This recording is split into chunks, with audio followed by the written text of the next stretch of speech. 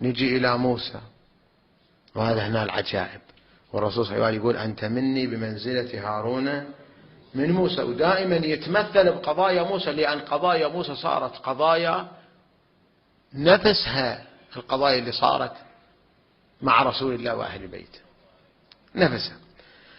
لهذا تشوف فرعون مصر أراد أن يستعبد بني إسرائيل، أراد يستعبدهم، يبي يذلهم، فقام يأخذ رجالهم يستخدمهم لبنيان الإهرامات. وتشوف الآن مختلفين في بنيان الإهرامات، يقول بنوه الفراعنة، والصحيح اللي هالصخور هذه وهالبناء هذه وارد عن المعصومين في بناء المصريين للفراعنة، البنيان الشامخ، أي بناء شامخ للفراعنة شلون بنوه هم المصري بني إسرائيل بنوه، لكن شلون بنوه؟ أمرهم أن يحملوا الصخور ما يقدرون، وكل واحد منهم عشان ما ينحاش رابطين في رجله سلسلة، وفي السلسلة كرة من الحديد عشان ما يقدر ينحاش، ما يقدر يهرب، وثقل الصخور وثقل هالسلاسل. فشكوا الحال لنبي الله موسى. هذه رواية موجودة في تفسير الإمام العسكري، وأي كتاب يتكلم عن ذكر رسول الله وأهل بيته تشوف يجيب هالروايات هذه، راجعها. فشكوا الحال لنبي الله موسى، يا نبي الله احنا الصخور وهالسلاسل وهالثقل ما نقدر، وإذا صخرة ما نقدر نحركها انصبوا علينا بالصياط والعذاب، شو نسوي؟ شلون نشيل هالصخور؟ فسأل من الله، نزل عليه جبريل قال له قل لهم إذا أرادوا أن يحملوا صخرة يقولون بحق محمد وآله الطيبين الطاهرين، فصارت الصخور كالريش عنده.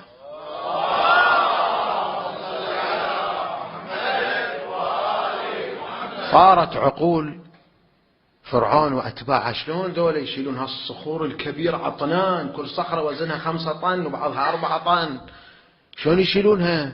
ويشوف 2 3 بس يقول بجاه محمد وآله طيب يشيلونها.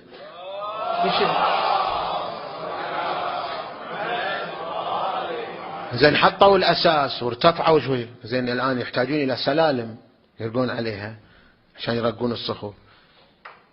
قاموا يرقون على السلالم، بعضهم يطيح من فوق السلالم. اشتكوا لنبي الله موسى قال لهم نفس الذكر، إذا أراد واحدا منكم أن يصعد على السلالم يقول هذا الذكر ويخفف عنه. لهذا تشوف يا مؤمن إذا بتصعد درج الهج بهذا الذكر ما تتكلف، لأن صعود الدرج يقصر الأعمار، صعود الدرج يقصر الأعمار. فإذا أنت في صعودك للدرج دمجت هذا الذكر مع صعودك، لا بالعكس طول للعمر ببركتهم بأبيهم وأمي. فقاموا يقولون الذكر وهم يصعدون على السلالم الرفيعة، شايل صخرة شكبرها وصاعد على سلم بينكسر وهو بيطيح، وإذا يقول بجاه محمد وآله طيب ويصعد على السلم كأنه يتمشى في حديقة يصعد فوق ولا أكو شيء. بعضهم يطيح، اللي يغفل عن هذا الذكر يطيح.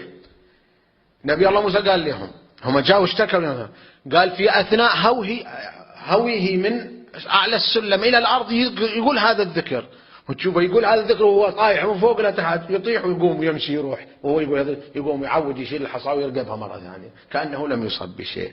وشوف واحد احنا نطيح من عتبة واحدة شوف يصير فينا، وهذا يطيح من فوق السلم وسلاسل في رجله وكورة من الحديد وشايل حصى اشتغلها وهو طايح في الهواء بس يذكر رسول الله وأهل بيته.